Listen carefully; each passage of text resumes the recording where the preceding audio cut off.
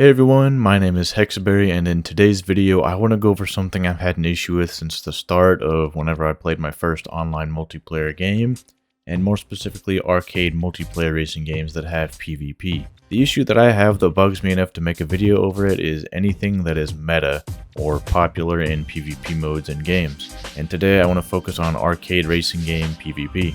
For me, it started in Need for Speed Most Wanted 2012 with the unbelievably stupid Hennessy Venom GT, a literal pay-to-win car. In order to get access to this car, you had to pay 10 United States bazongos in order to get the car so you could steamroll others who drove their base game Bugattis in any multiplayer event. Up next with my dreaded meta car list was the infamous Ferrari LaFerrari and the Pagani Huayra, which came from the Crew 2 and came out in 2014. The game had multiple race events divided into some classes like Street, Dirt, Performance, Raid, and Circuit. The one that was the most annoying to play was the Performance Spec races, and in the early stages of the game you saw variety, but later on you only really saw people use the Ferrari LaFerrari and the Pagani Huayra simply because they were the best cars. 1 year later, Need for Speed 2015 came out and rebooted the entire franchise, and with it being online only, people had plenty of time to test out what cars they were best for PvP, and the Porsche 911 Carrera RSR just absolutely farted on people when it came to doing anything.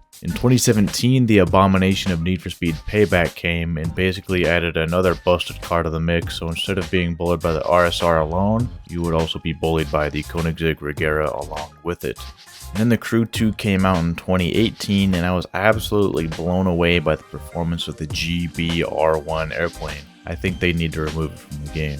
But all jokes aside, I never really saw any issues with the Crew 2's PvP, mostly because nobody even played the PvP, and when I did, it was fairly balanced. Sure, you had cars that are a little bit better than others, but nothing was too crazy. I stopped playing PvP a little over a year ago simply because the game is just dead on PC, but if anyone has any cars they hate going against, let me know in the comments. Need for Speed Heat came to us wrapped in a shiny fresh box from Ghost Games and EA in 2019, and it was the perfect game. It was perfect for about a month. I never really played PvP in Need for Speed Heat because within a month of taking to do all the activities for my solo progression, I just got super bored of the game. There was no end game content. The fact that they only supported the game for 1, maybe 2 updates just gave me even less motivation not to play.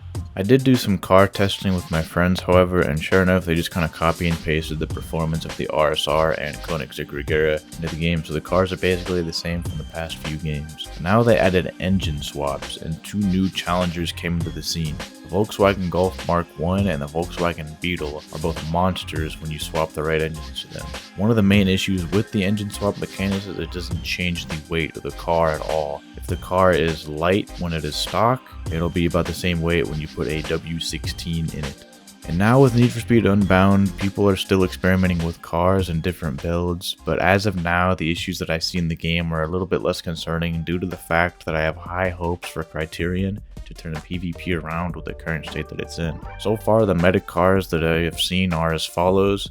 In B class, you have the Ferrari 488 Pista, a completely busted engine swap combined with a gearbox swap, which makes the car an expensive crutch for some people who are toxic enough to use it.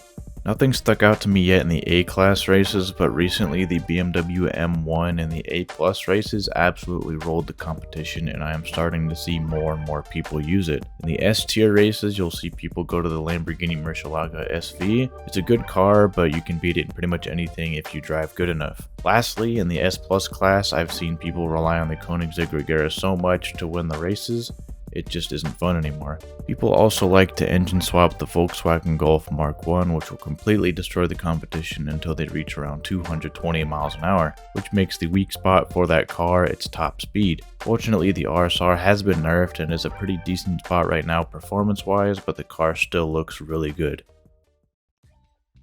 Meta cars and arcade games ruin the fun for me and as well others because we prefer these games due to the ways we can express ourselves with cars that a lot of us won't be able to afford. It shows our uniqueness and really creates a diverse atmosphere with a great combination of JDM, European, American, and other cars, and uses customization to further express our style. When then seeing these moments of diversity and uniqueness get oversaturated by the same few meta cars, it just ruins the fun for us. I love being competitive in racing games, but it's not fun when the competition uses an unfair advantage. That basically wraps up this video. If you've enjoyed this video and you want to see more content for Need for Speed, hit the like button and subscribe so that I can afford to drive something other than my 2007 Honda Accord. Other than that, thanks for watching and see ya. But I'm the biggest bird. I'm the biggest bird. I'm the biggest bird. I'm the biggest bird. I'm the